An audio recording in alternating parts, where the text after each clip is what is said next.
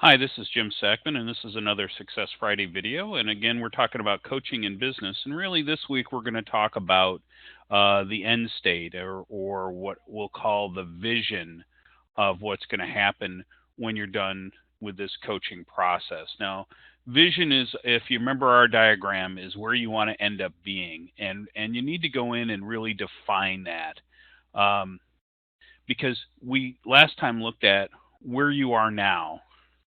So now you need to know where you're going to end up being, because that's how we're going to define the plan, right?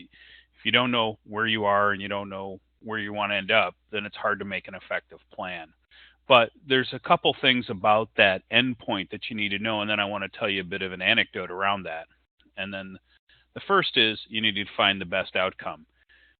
In other words, don't put out there as a vision something you think is reasonable. Put out what you want. And if it turns out you can't make a plan for what you want, then you can fall back to something a little lesser. But you should have a plan to define what is the best outcome. Number two, understand the benefits. The reason it's a best outcome is because it provides tangible and intangible benefits for you and for others. And if you don't define and understand those, then it's hard to make it something that's worthwhile for you to accomplish, because it's going to take effort.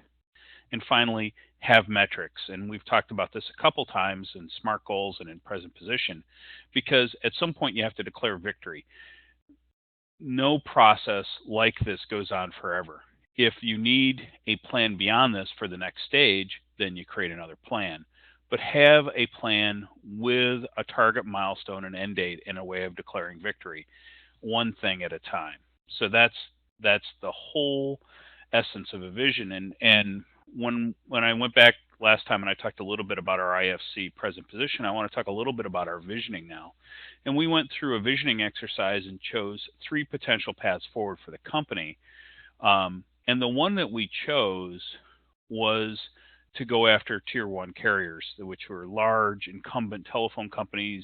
At that time, it would have been Bell South, SBC, Verizon.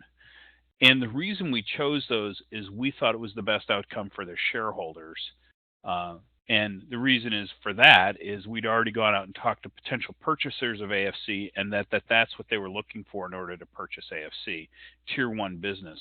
And we thought being purchased was the right path forward for AFC. So you can see how that lines up as a logical chain.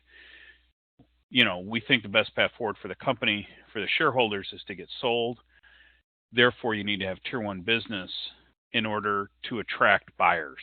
So that's how we ended up at the vision we did. And the one thing I would say we did wrong in our vision was we didn't put a percentage of our business coming from tier one companies to be able to say we were done. We just knew we wanted more. We wanted to be a majority, but we didn't say how much. And really, just like the quote from last time, this is the equivalent quote for vision, which is, if you don't want to know where you want to end up, then it doesn't really matter which way you go. And that's a funny way of saying it, but if you don't really care, let's suppose you're going on a vacation and you don't care where you go, just as long as you go somewhere, then drive any way you want. Don't have a plan. My wife always wanted to have a plan with a book and the whole nine yards, and she knew where we were stopping every day, and very much a planned person. Anyway, this is Jim Sackman, Focal Point.